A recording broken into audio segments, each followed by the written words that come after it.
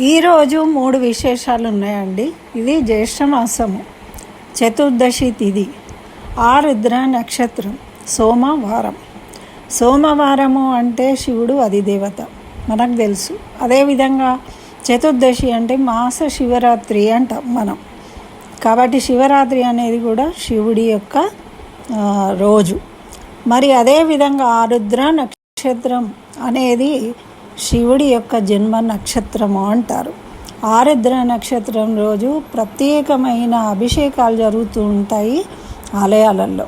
కాబట్టి అటువంటి దివ్యమైన పవిత్రమైన విశేషమైన ఈ రోజున మనము వీలైతే దేవాలయానికి వెళ్ళి కానీ ఇంట్లో కానీ శివుడికి అభిషేకం చేసి ఒక రాగి చెంబుతోని నీళ్లను సమర్పించుకొని ఒక బిల్వపత్రాన్ని ఉంచి నమస్కరించుకొని దారిద్ర్య దహన స్తోత్రాన్ని పఠించినట్టయితే మనకున్న సర్వదరిద్రాలు తొలగిపోయి ఆ శివు అనుగ్రహం వల్ల అన్ని శుభాలు జరుగుతాయి. శుభాలను ఇచ్చేవాడు శుభంకరుడు శివుడు. కాబట్టి అందరూ చేయండి, ఫలితాన్ని పొందండి.